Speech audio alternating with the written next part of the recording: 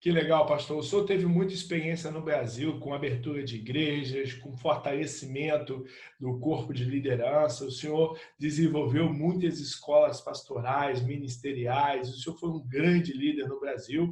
E como é que foi receber o chamado de Deus para sair do Brasil e ir fazer missão na França, uma vez que o senhor também não falava o idioma? Como é que foi essa identificação desse chamado do senhor?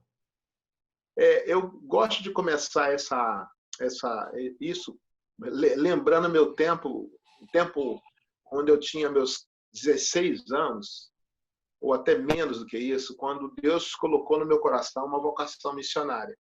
Eu era muito novo e os meus pais eram muito integrados, recebiam os missionários lá em casa, sempre eles iam lá em casa, minha mãe tinha o prazer de preparar comida para eles, hospedá-los. Então, algumas dessas pessoas me inspiraram a ter uma vida mais dedicada a Deus.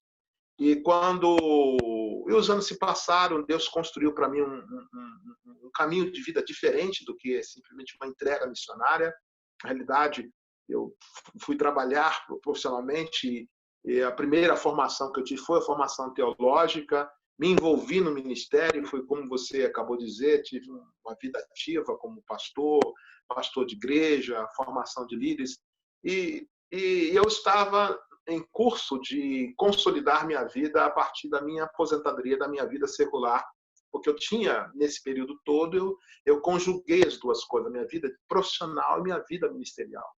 Foi difícil, mas foi algo que Deus nos orientou e foi assim que nós fizemos. E quando eu estava prestes, planejando, com muita ansiedade pela minha aposentadoria, o meu projeto era, eu irei para os Estados Unidos fazer um curso, a minha ideia era fazer um curso de aperfeiçoamento e retornar ao Brasil e me dedicar a um projeto de igreja mais amplo do que aquele que eu vivia. Mas, nesse período, eu acabei vindo visitar a Europa, eu e minha esposa, e eu confesso a vocês que eu nunca esteve dentro do nosso radar a visão de vir para a Europa. Aliás, nós viemos para a Europa por uma situação que minha esposa estava, a partir do pai dela, pegando a sua nacionalidade então europeia, então nós viemos para conhecer a Europa. E por uma,